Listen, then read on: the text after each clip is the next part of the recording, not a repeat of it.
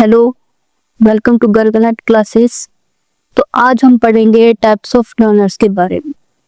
Types of learners का मतलब क्या होता है? टाइप्स ऑफ लर्नर का मतलब होता है जहाँ पे एक स्टूडेंट सेंटर में होता है, टीचर सिर्फ उसे गाइड करती है, उसे एक रास्ता दिखाती है, बस उसका काम इससे इतना ही होता है।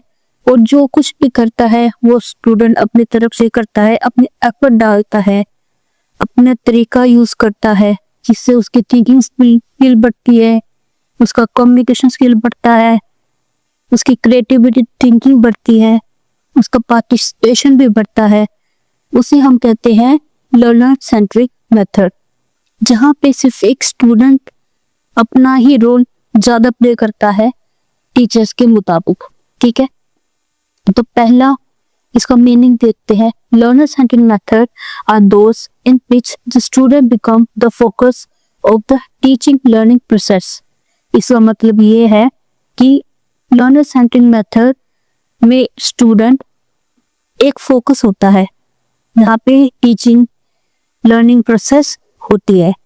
Teachers act as a factor और a guide, not just information giver. यहाँ पे टीचर सिर्फ एक गाइड के रूप में होता है, बस एक इंफॉर्मेशन नहीं देता, एक ऊपर से उसे गाइड करता है कि तुम्हें ऐसे करना है या तुम्हें वैसे ही करना है। गोल क्या होता है इसमें? Development, understanding, creativity, critical thinking and participation.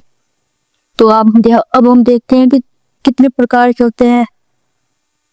पहला आता है डिस्कशन मेथड। डिस्कशन मेथड में हम लोग कोई चीज को डिस्कस करते हैं, जैसे अब इसमें हम देखते हैं student and teachers exchange idea on a specific topic, encourage reasoning, expression, clarification और concept. Example, group discussion on impact of social media on education.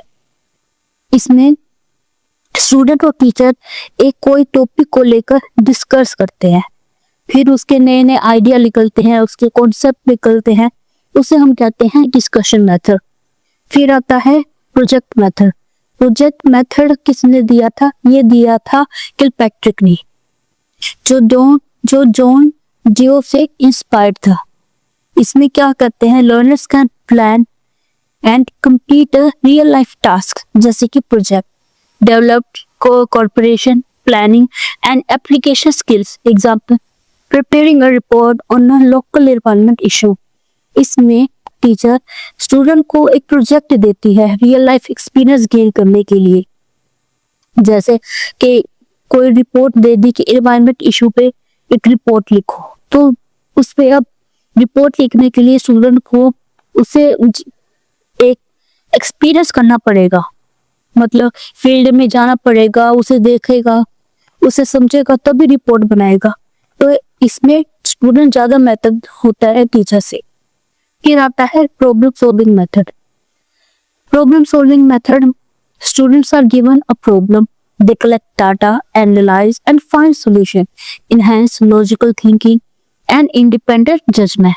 Example, finding ways to reduce classroom noise.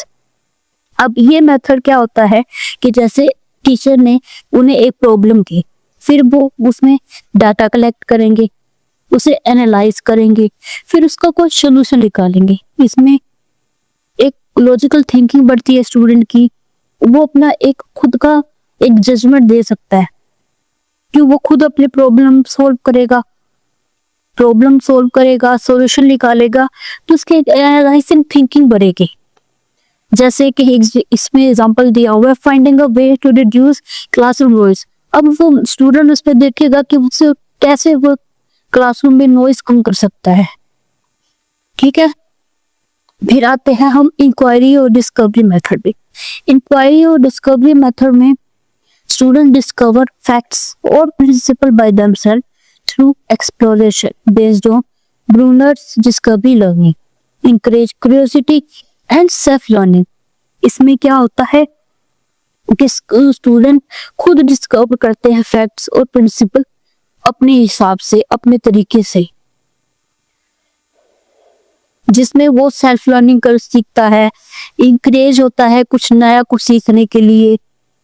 फिर आता है पांचवा case study method. Case study method में वो होता है जहाँ पे हम एक कुछ डेप्थ में कुछ समझने की कोशिश करते हैं। जैसे हम देखते हैं केस स्टडी का मतलब भी होता है कुछ चीज को डेप्थ में पढ़ना। A real or hypothetical situation is analyzed to find solution। ये ज्यादातर मैनेजमेंट में, एजुकेशन में, लॉ में, सोशियोलॉजी एक्सेट्रा में ज्यादा यूज होते हैं। ये डिसीजन मेकिंग में इंपॉर्टेंट होते हैं, एनालिटिकल एबिलिटी को बढ़ाते हैं। Case study method, case study को पढ़ना ही मतलब होता है कि अपने थिंकिंग को बढ़ाना, एक कोई चीज को समझना, इसमें समझने की पावर डेवलप होती है स्टूडेंट में। फिर आता है brainstorming. Brainstorming is a rapid generation of idea without criticism and promote creativity and participation. Brainstorming का मतलब होता है कि जहाँ पे टीचर एक कोई क्वेश्चन या प्रॉब्लम देगी और उसमें स्टूडेंट रैपिडली मतलब एकदम हाथों हाथ एक अपना आइडिया देगा और उसमें कोई भी जजमेंट नहीं करेगा, बस जिसने जो आइडिया दिया अच्छा है। कोई इसका इसमें प्रमोट होता है क्रिएटिविटी, पार्टिसिपेशन बढ़ता है। क्योंकि इसमें स्टूडेंट खुले अपना मन खोल के अपने आइडिया बता सकता है। जैसे कि मैं वही बात कि क्लासरूम में नॉइज कैसे कम कर सकते हैं, फिर उसमें एक स्टूडेंट बोलेगा कि मैम ये तरीका है, दूसरा बोलेगा मैम ये तरीका है, तीसरा बोलेगा ये तरीका है। कोई किसी पे हंसेगा नहीं, कोई किसी को ऐसे नहीं कहेगा तूने गलत बताया, तूने अच्छा बताया। तो उसे हम कहते हैं ब्रेनस्टॉर्मिंग, जहाँ पे नए नए आइडिया निकलते हैं ब्रेन से, उसे हम कहते हैं ब्रेनस्टॉर्मिंग।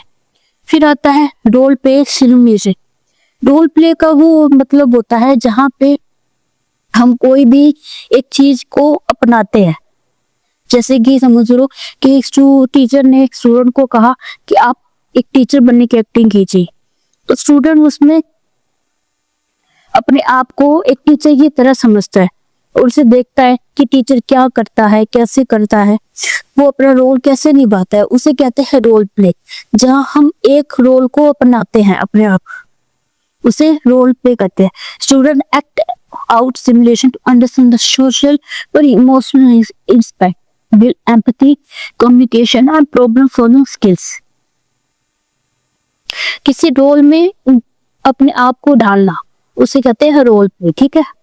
फिर आता है कोलैबोरेटिव, या उसमें स्मॉल ग्रुप होते हैं जहाँ पे सब मिलकर एक साथ काम करते हैं, उसे कहते हैं कोलैबोरेटिव या कोऑपरेटिव लर्निंग, जहाँ पे लर्निंग स्किल इंप्रूव होती है, टीम वर्क इंप्रूव होता है, कॉमन गोल होते हैं। वहां पे कोऑपरेटिव लर्निंग में एक साथ मिलकर कैसे काम करना है ये सीखने को मिलता है एक स्टूडेंट को।